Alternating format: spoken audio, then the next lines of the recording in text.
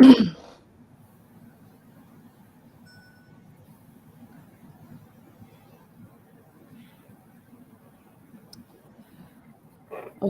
so it's 1 minute past 3. I think we can now start today's live session.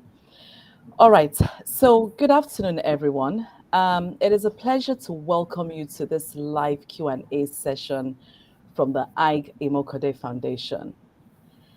The session aims to provide you with a detailed guidance on navigating the AIG scholarships application process and to provide answers to your questions. At the end of this meeting, we're hoping that you can go away with all the valuable insights you need to put in an outstanding application. I am Buki Akinshemoyim, the Director of Partnerships and Communications at the Foundation, and I'll be moderating the session today. So firstly, allow me to introduce the members of the panel we have with us here today, starting with Folashade Osho. Folashade is a 2020 AIG scholar. She is also the Chief Regulatory Officer and Quality Assurance Officer for Laboratory Services Directorate at the National Agency for Food and Drug Administration and Control, popularly known as NAFDAC. We also have with us Hakeem Onosonya, a 2019 AIG scholar. Hakeem is the head startups Lagos Innovates at Lagos State Employment Trust Fund. We are delighted to have you both on the panel today and cannot wait to hear more about your experiences. But before we get started, I would like to introduce the Director of Programs at the Foundation, Chioma Njoku. Chioma oversees all the programs and initiatives at the Foundation, and she will now take us through a brief on what the Foundation does and what we seek to achieve with the AIG Scholarship Program. Over to you, Chioma. Thank you, Buki. Great to be here. Good afternoon, everyone. I have the pleasure of speaking to you very briefly about the Aig-Imoukhuede Foundation.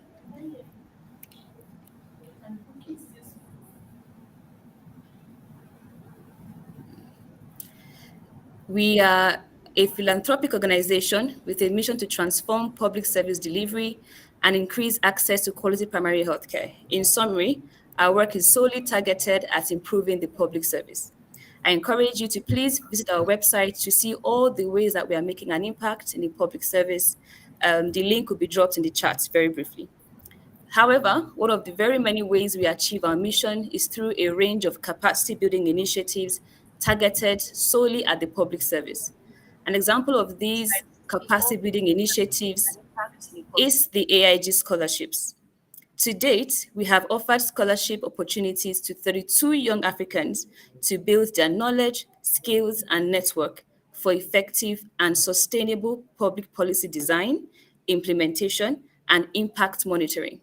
These scholars undertake a one-year Masters of Public Policy from the Blavatnik School of Government in the University of Oxford, after which they return to the country and get to put all their learnings and experiences to practical work. Today, we have two of our alumni on the call who will be sharing various aspects of their AIG scholarship experiences with you, especially the impact of these experiences on their work within the public sector.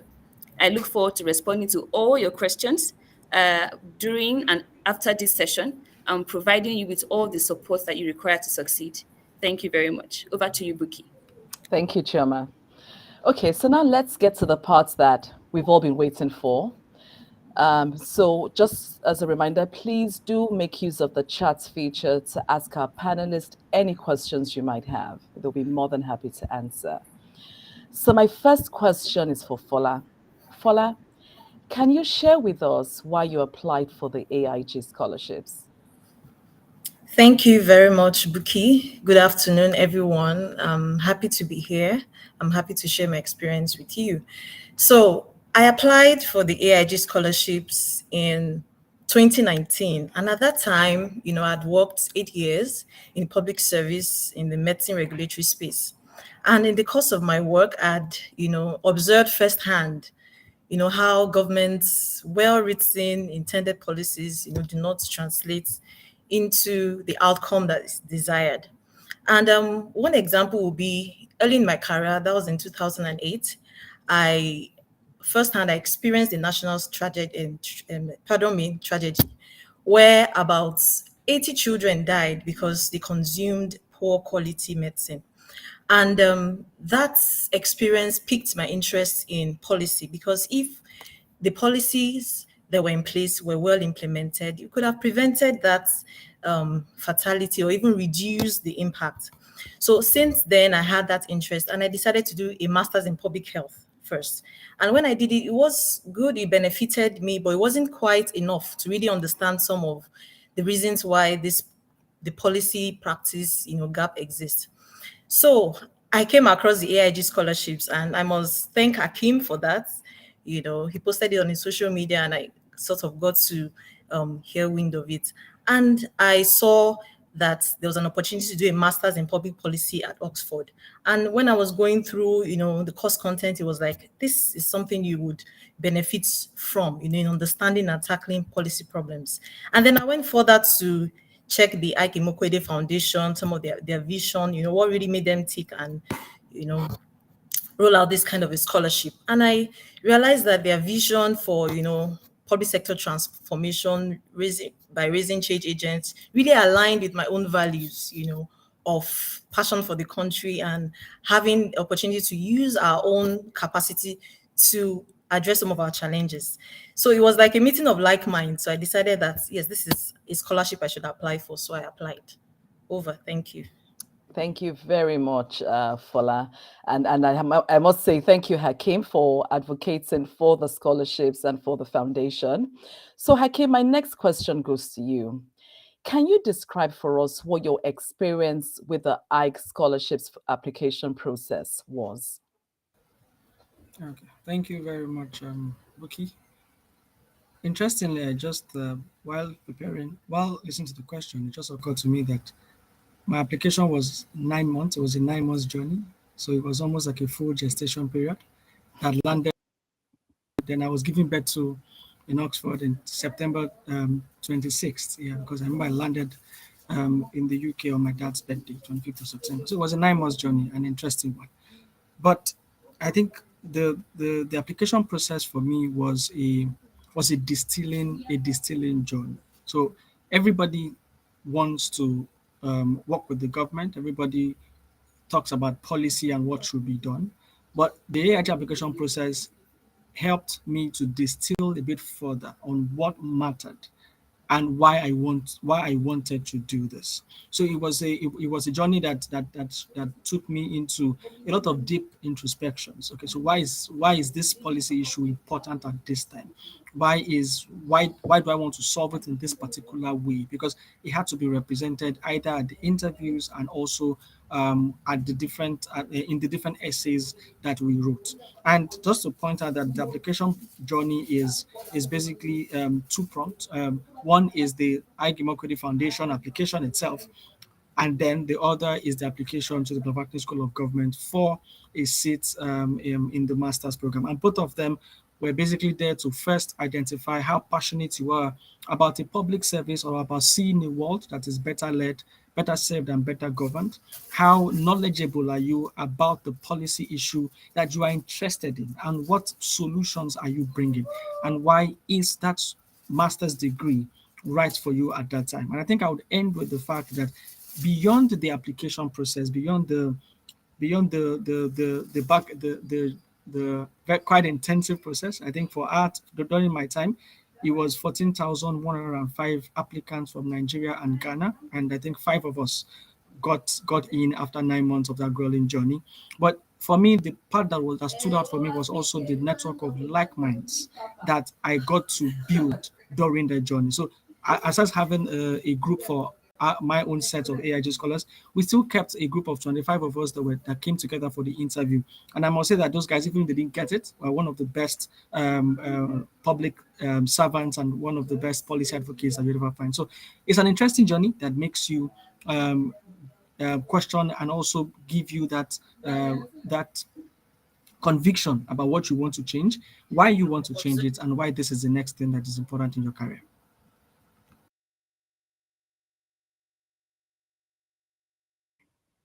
Okay, I hope you can hear me. You can hear me, Yes, I right? can Okay, hear you. great. Fantastic. Thank you very much, Hakeem. Okay, so Fola, the next question goes to you.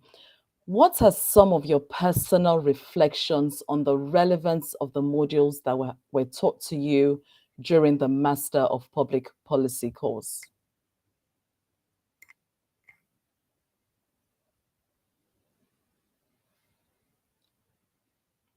Buki, can you hear me? Yes, I can hear you clearly, Oh, Fola. okay, Go yes. ahead, So please. thank you. So the Masters in Public Policy program at the Blavatny School of Government is actually a multidisciplinary program. So it comprises of a lot of, modules from different areas that I can think of. So you have modules on philosophy, you have on economics, you have on evidence, you have on politics. You also have opportunity to select option modules which pander to your interests. It can be climate change, it might be running for elections, it might be health, it might be the environment. A lot to to choose from. So, but I'll just mention one or two or three of some of the modules that really stood out for me and some of the reflections from lessons gained from there. So I think the first one will be philosophy. I trained as a pharmacist, so my background has always been science. So I think I only had the opportunity of going through a philosophy course in 100 level, and it was just, oh, let's pass this course. There was really no relevance to the course going forward. So when I encountered philosophy again, initially it was a bit difficult, but when I understood, the value of the course, and one of our professors put it succinctly this way, he said, philosophy helps you to think about how you think about things. It helps you to understand some of the values that underpin some of the judgments you make. There are a lot of biases, a lot of stereotypes that you have that you might not know. But when you're challenged with some of the philosophical concepts, you now have to step back and think, okay, why do I hold this view? And as a policymaker, you're going to be supporting different classes of people, from different walks of life. And you have to be sure that whatever policy you're implementing would not unknowingly exclude some other people. So that was a very valuable module, which I enjoyed. Then another one, which is evidence. Evidence, we're exposed to several tools, frameworks to understand how to use evidence to justify policy, to interpret policy, and to know if a policy works or not. And this was one area I knew that we had a gap. Back home in the work we do, we generate a lot of data, but what do we do with the data? A lot of times when we want to evaluate, oh, this government policy is bad, we don't put any data to it. Even some of the data that comes from international organizations, not one that are homegrown, from the work that we do.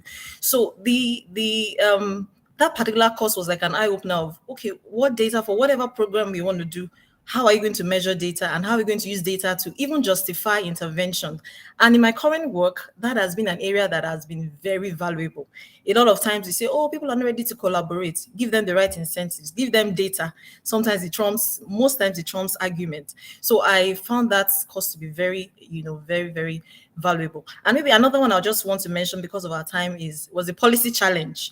Policy challenge was like a simulation, a course where you had to we simulated a particular policy problem that was real at the time. So for my cohorts, I think we simulated the TRIPS agreement for the COVID-19 vaccines when the heat of COVID-19 then, and we're trying to see how we could ensure equitable distribution of COVID-19 vaccines for both low and low, medium income countries and the high countries, to be sure that the low, medium income countries that do not have the resources are not excluded from having access to the vaccines. So, and we're all assigned positions that normally you would not even take. I was assigned position, I think, of a country in the EU, so I had to put myself in that position to understand their interest. And so from that um, policy challenge course, I was able to understand negotiation, the art of negotiation, how to also build coalitions among people that you would normally believe that they're on opposite sides of the divide. So I could go on and on and on. The whole course was so well structured and had a lot of tools that some of them are, the salient is obvious now, and some I believe as I continue my career will gather even more relevance and salience. Thank you. Okay. Thank you so much, Fola, for sharing those personal reflections. I actually didn't want you to stop, so you could have gone on and on, but we don't have time on our side. So thanks for sharing what you have shared. Just before I move on to Hakeem, I would just like to encourage people to, they can start dropping their questions in the chat box at the moment. So please, if you have questions, do go ahead and start to drop them in the chat box. Okay, so Hakeem, you're next. I'd like to know if, so first of all, can you share with us some highlights from your work experience during your summer projects?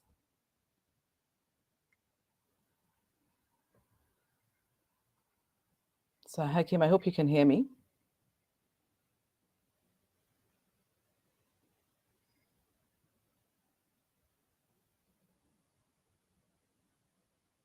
I'll just give Hakeem a few seconds since he has frozen.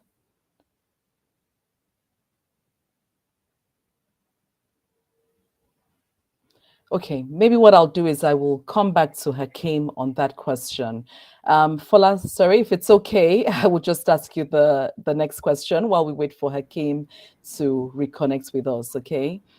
Okay, so Fola, what impact, you've touched on some of that already, but you have a bit more time to touch on some more of it.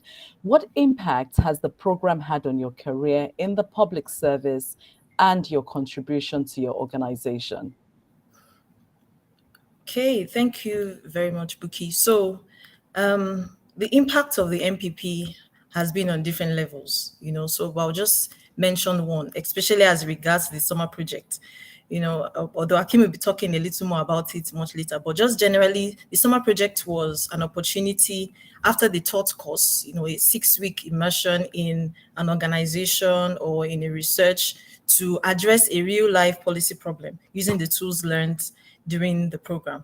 And in the course of my summer project, I did it with an organization called Oxford in Berlin, Global Health Strategy Group. And it was like a think tank where, comprising of diverse stakeholders from academia, private sector, government, that come together to try to address a policy problem. So at that time, it was substandard falsified COVID-19 vaccines, which was a thing at that time was gaining momentum. So as part of my experience then, I had to bring regulators from Nigeria. The other participants also brought people from Oxford and all across the world, to try to see how we could use technology, to address this challenge, especially for low, medium income countries. And after the, summer projects, we came up with what we call the Abuja Principles, which was, a document that gave guidance to low middle income countries on how to use technology to tackle such issues. And that was exactly what transited, when I got back to Nigeria, I was able to transit into my public service career because I was co-opted into a technical working group that was tasked with the responsibility to drive implementation of pharmaceutical traceability in Nigeria, which is a federal government strategy, to secure the supply chain, to ensure supply chain security and ensure that everyone taking a drug on the streets would be sure that the product is safe and is of good quality. So without the AIG scholarship and the MPP program and the summer project, I wouldn't, have that visibility or platform to be co-opted to that technical working group. And from the learnings with the MPP, I've been able to support that group, in capacity building, in training, in sensitization of stakeholders, both from the public and private sector across the 37 states, in Nigeria. Over the past 1 year, there's been a lot of traveling, going to sensitize stakeholders on why they should adopt, pharmaceutical traceability and what their roles are and how they can ensure that it's successfully implemented. And also beyond that, I mentioned the issue of evidence. Because of the data we could generate from implementing traceability, I've never really seen this enthusiasm, that we've been experiencing from this project. You see stakeholders being the ones saying, when do we start? How can we, log into this project? Because we show them evidence that trumped whatever argument that can this work, it has worked, and you can also be part of the success story. So, and also, I'm also very humbled, to be on that project because he has helped. That project has put Nigeria on the map, because beyond the success we've achieved, we've also been able to mentor other African countries, some other African countries that are also ready to, deploy the same technology. So the MPP, without the AIG scholarship and without the MPP, I'm not sure I would have been able to achieve and be part of such a very important project. All right. Thank you very much, Fola. Good to see what your contributions towards drug safety and how you've been able to share that best practice across Africa, across other countries. Thanks for sharing that.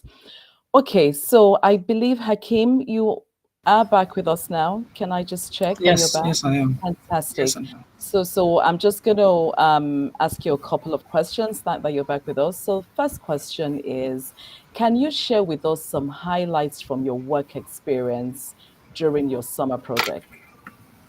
Okay, thank you very much. And I think I would start by saying that the Master of Public Policy program is a professional master's, and what it means is, as opposed to research-based masters, you do not it's not you do not have a thesis at the end of your thought segment. Instead, you do a summer project in an organization that is either aligned with your policy issue, or you do it in an organization of interest that you think that with whatever skill that you would get from that period of time would come in handy in whatever you're doing, especially when you're going back home into the country's public service. So, and for me, I wanted to spend that time in a research-based organization, and that is because I was coming straight from the field.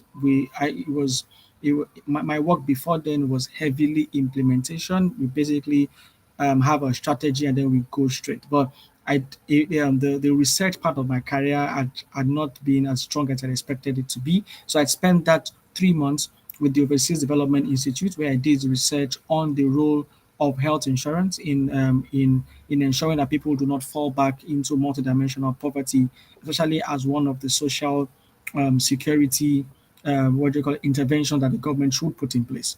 But for me, two things came out of that summer project for me. One is I was able to improve and polish my research skills, which have come in handy post the MPP. Not only because it's not because policy making is very hinged on adequate and also very qualitative research.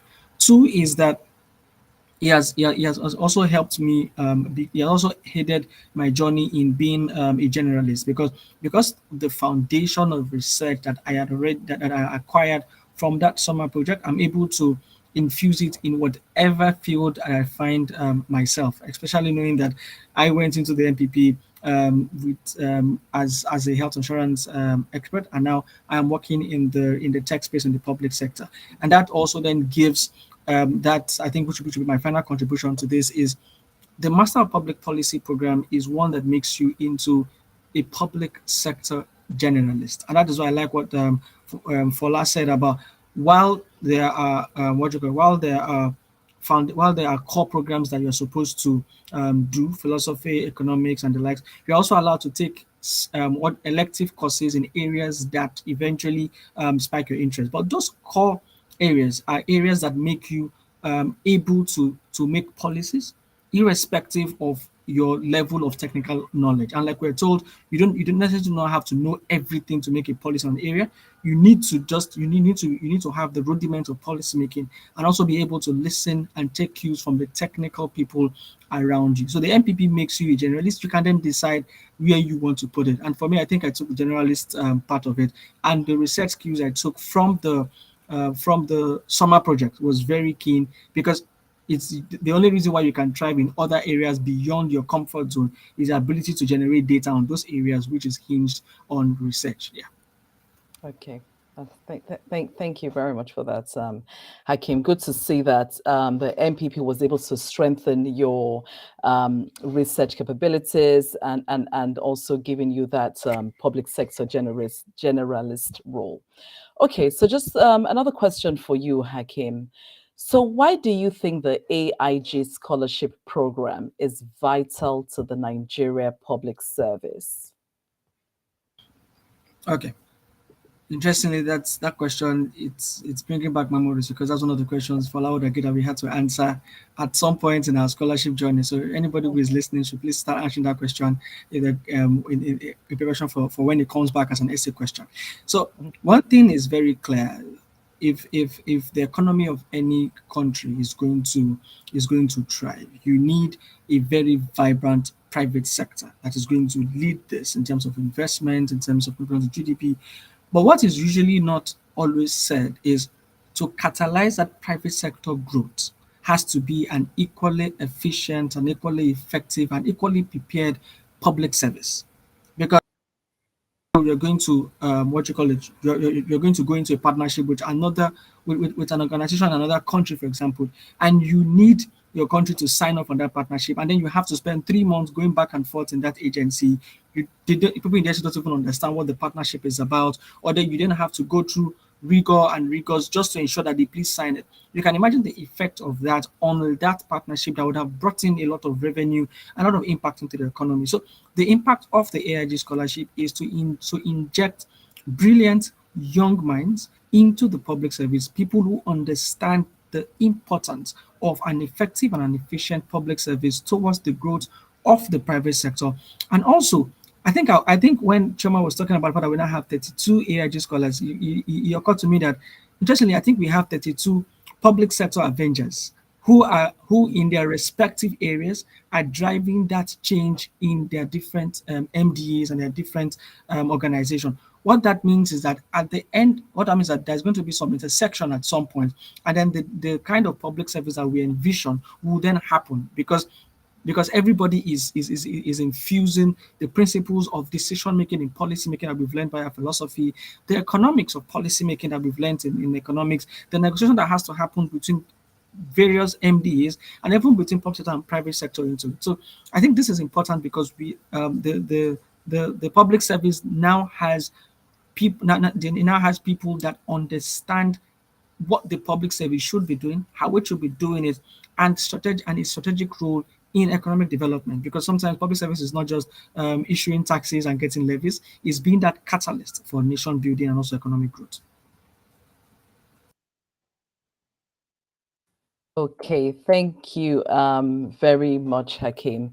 Okay, so I think we will give Hakim and Folashade just a pause there. While we, as you said, Hakim, brilliant young minds, which I'm sure we have in the audience. I would now like to give them a chance to ask questions. So we would be taking questions from the audience now. Okay. Okay, so okay, fantastic. So I'm gonna give Hakim this question. So Hakim, can you tell us about a mistake that you made during your application process? Can you share with us what was a mistake that you believe you made during your application process, looking back in hindsight? Yeah, I think looking back in hindsight, I, um, I don't think I think I prevented the mistake. And I don't think because if I'd made that mistake, I clearly wouldn't have been on this call at this point. But I think I prevented that mistake. And the first thing I did so interestingly, when I saw the notice for the application, it ticked all the boxes at that point. I wanted to be in public service. It was time to go for my postgraduate. But after I saw that, the next thing I did, which helped me to prevent a mistake, was I went to research on all the scholars. So understood how what I had done before that time was similar to what they had done before they applied. So I saw a connecting line. The next thing I did was to find a scholar to hold my hand all through that process. And interestingly, if I'd made the mistake of applying and assuming that I was being alone to apply, would have given me the result I wanted, I clearly would not be on this call. So it was reaching out to a scholar, and I say publicly to thank you to Trevor Edebo, who held my hand he was basically my antenatal visit for the 9 months. He held my hand all through that 9 months, helping me review, telling me what is next. And I think that really helped me because interestingly, it was my first time applying for a postgraduate at all.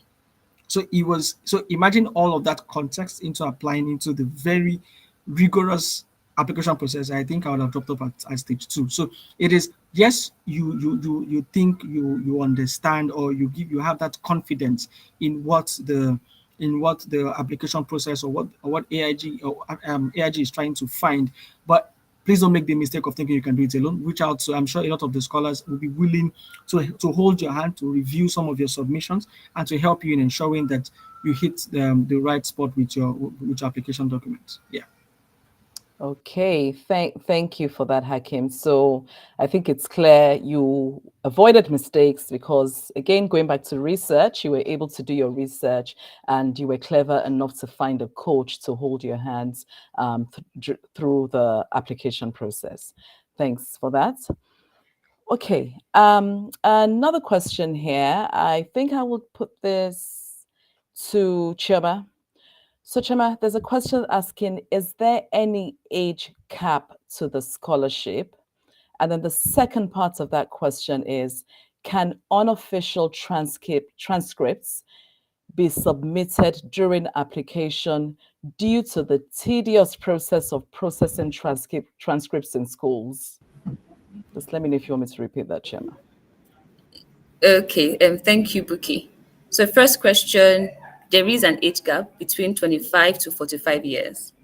Regarding transcripts, yes, we know that it takes forever for university to send transcripts. So you can go ahead with your application and send in your transcripts before you get to resume. I think the university gives you a period of time within which your transcript should get to them. So start application early, but don't let it stop you from doing the application. Okay, thank you, Chema. I think, yeah, the key there is starting the application process as early as you can. Okay, just trying to get, okay. Falashade, next question I'm going to direct to you. So what is, someone on the audience wants to know, what is your leadership style in managing a conflict situation?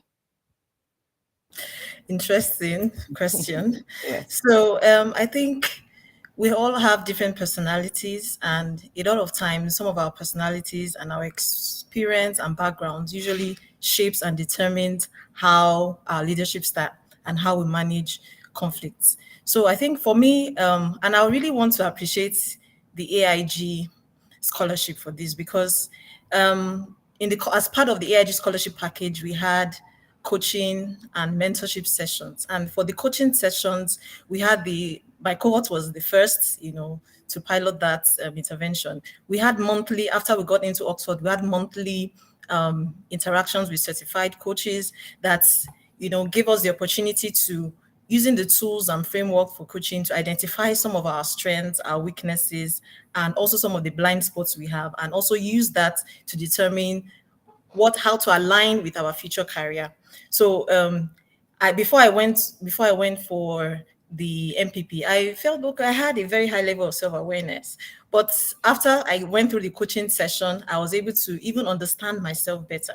So going back to the question, I think my leadership style will be more conversational. So it would be more in terms of relationship, having to discuss with the people that are involved, depending on the conflicts or depending on the nature of the issues and ground. We're more or less having a discussion, about what the issues are, and trying not to attach the conflict to the person, but being separate from the conflict and trying to see it away from the personality of the person, involved in the conflict. So I hope that answers your question and it helps you in some way. Okay, thank you, Fola. So yes, a conversational leadership style is what I got from that. Thank you. Okay, let's just, okay. Okay, so question here, I'm just going to read it as I see it. I am more interested in acing the Oxford University application. I understand it's highly competitive. My question is around the professional and educational qualifications necessary to ace the application.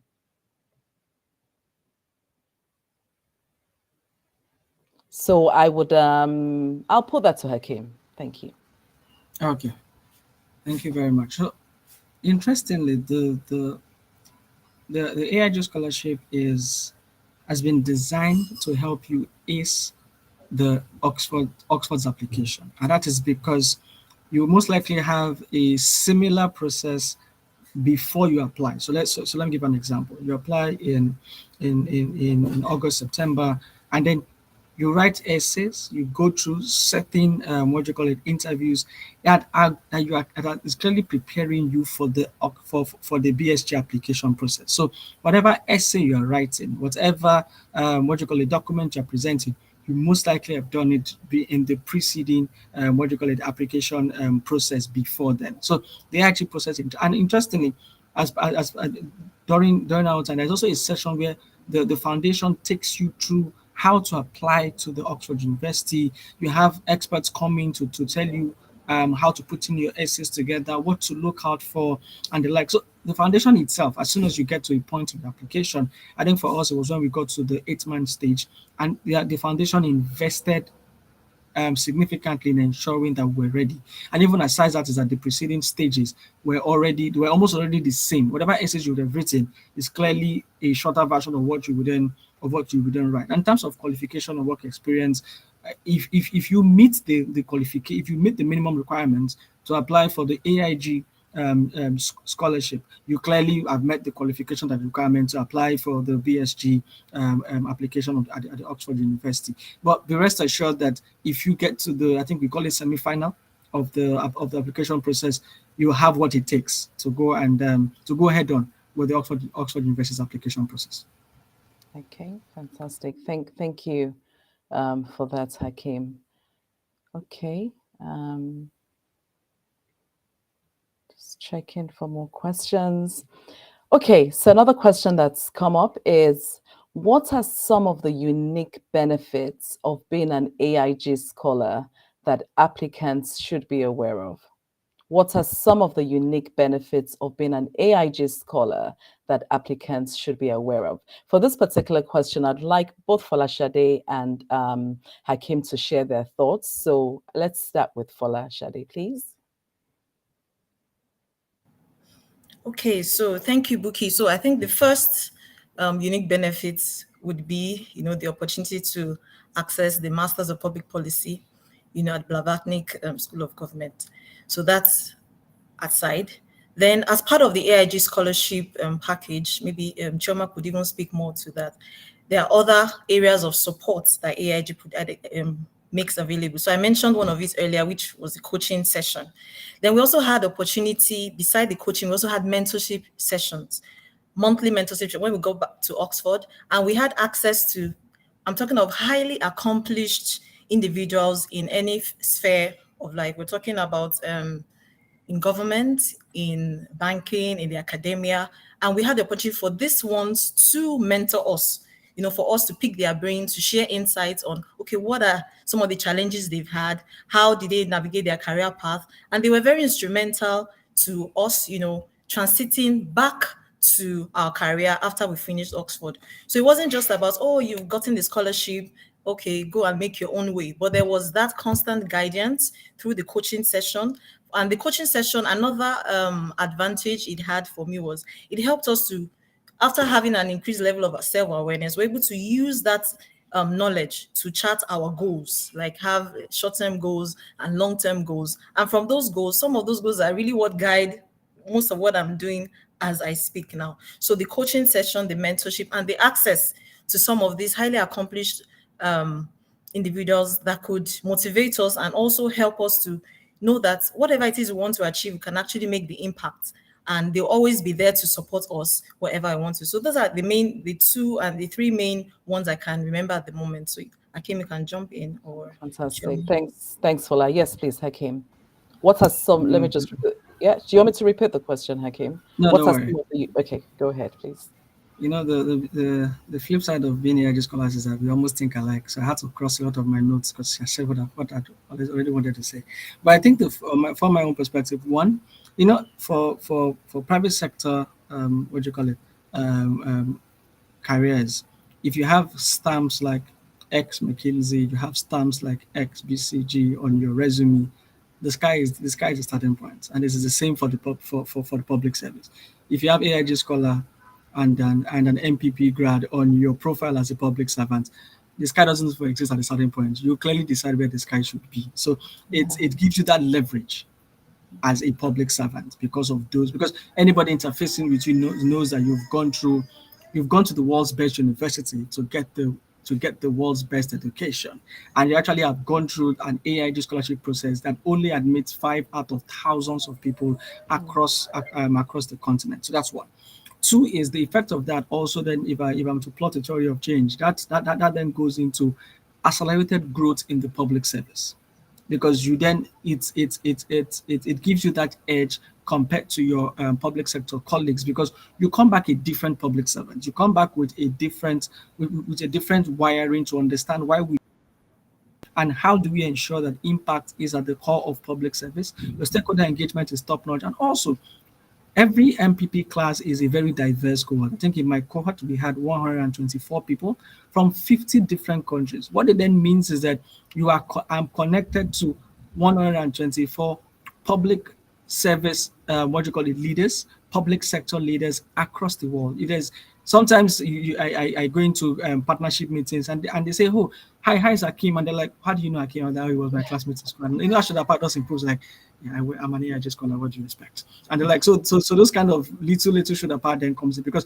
and those are things that add to your public sector career. And I think also is the network of like minds back in the country. The fact that you have people who think like you in various MDAs across the country. And finally, is that you get to attend the world's best university on a full scholarship. Not everybody gets that opportunity. Thank you. Okay. All right. Thank you so much, Hakeem. I think I'd also like to give our Director of Programs, Chioma, a chance to just maybe add to what's been said already. So can you share just some of the unique benefits of being an AIG scholar that applicants Thank should be aware of?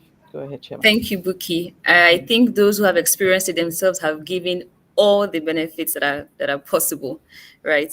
Hakim has taken them out of my notes.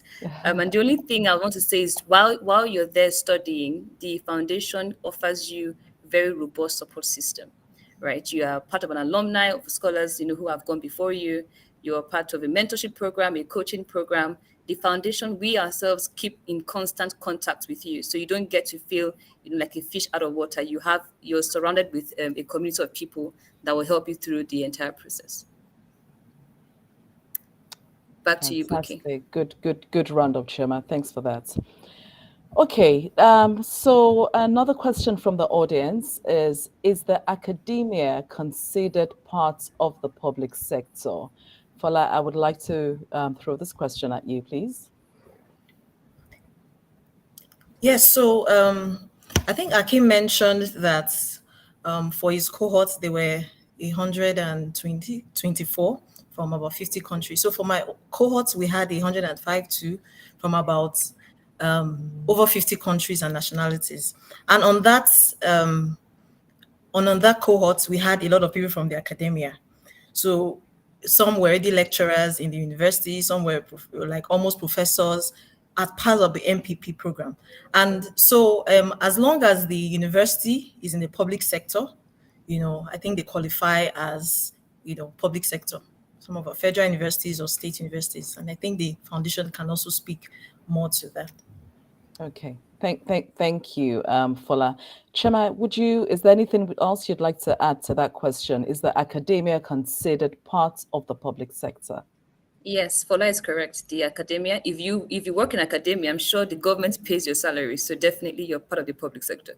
Okay, fantastic. Thank you. Okay, just go on to the next question.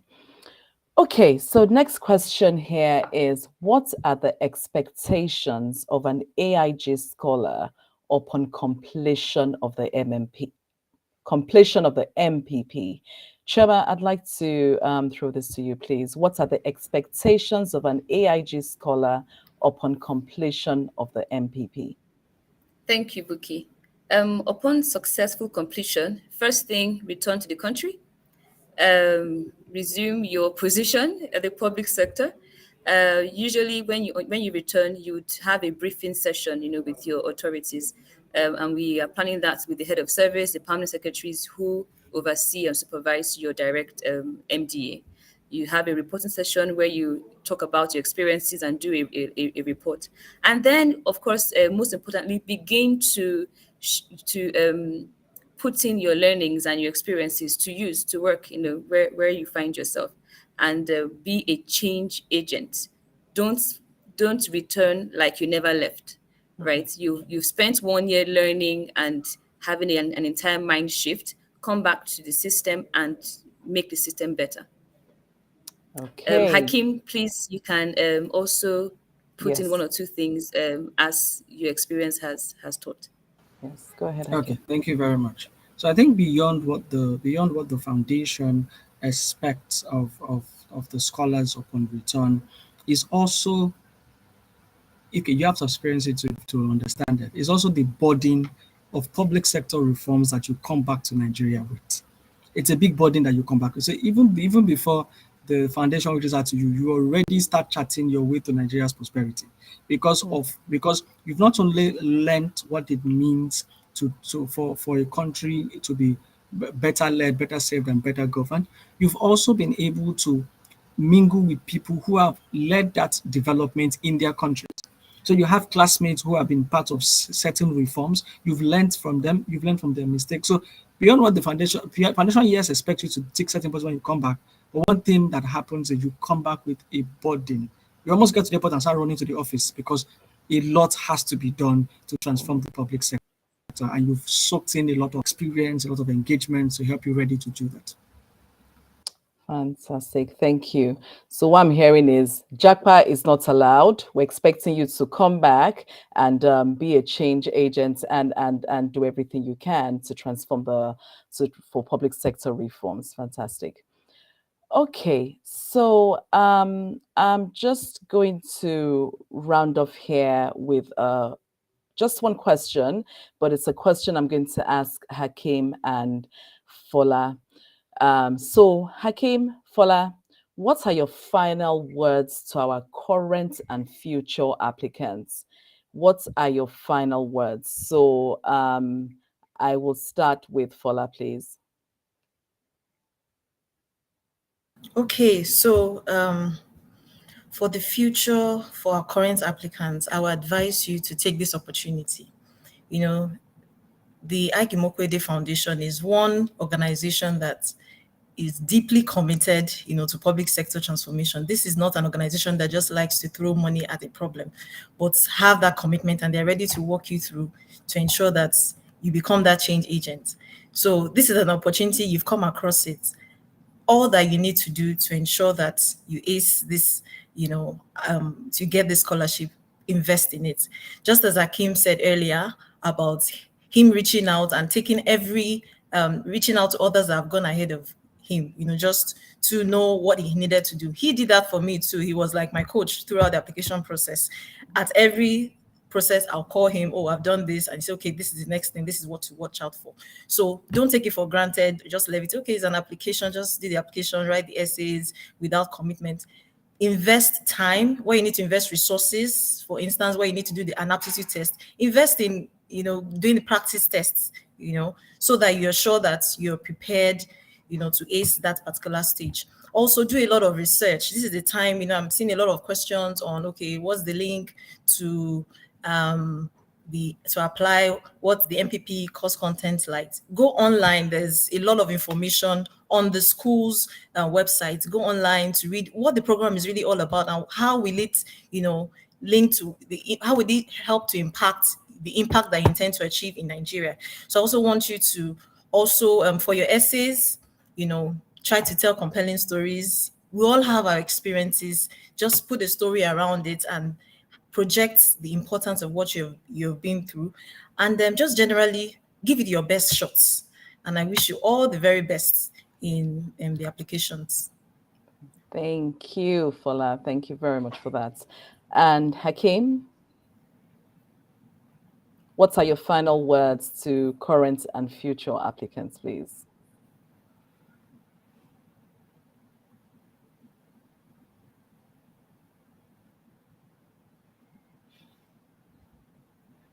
Hakim, I hope. Oh, Hakim seems to. Okay, he's back. Yes, I'm back. Yes, I'm great. back. Okay, so my own last words, I guess. So yes, I think my last words would be one, please do not second guess yourself, because sometimes it's that feeling, and ask yourself, can I really do it? I think one of the things that you need to be able to tick in your own personal requirement before you apply is, are you passionate about the public service that works? Are you passionate about driver of that change? Pick that first, and I think you're halfway on the way. You're half. Two is your knowledge of the problem to be solved. There's a difference between um, complaining about the problem, knowing enough to be in a position to solve it. You need to be able to understand the policy issue in whatever MDA you're in, or even if it's not in that MDA, whatever MDA you are interested in. So if you're in the office of the civil service, but your policy issue realization, are you able to articulate clearly? Are you what do you call it? Able to articulate clearly what the policy issue is in that area, and be able to at least propose solution. But also, please note that you do not have be a guru to apply for the public policy program. That is exactly why the program is there, to make you a possible. But what is being looked for is some level of understanding of what the policy issue is. We all do it. Everybody that analyzes newspaper in Nigeria is talking about one policy issue or the other. But what the difference between you and that person at the newspaper stand is being able to articulate it well, and also be able to constructively provide a solution. And also, it is for everyone, for anyone interested in the scholarship, it is a life-changing one for anyone interested in public service. It is one that changes your career trajectory. It is one that changes your outlook to life, and it basically puts you in the top 1% of the world, working towards having a world better led, better served, and better governed. Okay, fantastic. Thank you, Hakeem. And again, thank you, Fola, for that. I think what I picked clearly from that is be confident. And I'm also hoping that as others have coached both of you, you would also be open to coaching some of our participants online today. Okay, so we're now coming to the end of the session. What I will say is please hurry up, and if you're interested in putting through an application, do that now. Application closes on the 15th of September. So that's exactly 2 weeks from today. You can also scan the barcode right above my head to either begin your application or complete your application if you have already started it. The recorded video will also be available after the session. I would also encourage you to visit our website for more information and just follow us across our social media platforms to stay up to date on the latest information. So we've now come to the end of the session, and I would like to say a big thank you to our panel members, Fola Shade Osho and Hakeem Onosanya, and our very own Choma Njoku. Thank you very much for today. Also, I would like to thank every single one of you that took time to join the call today. Thank you for your questions. Thank you for your contributions. And we'll see you again next time. Thank you.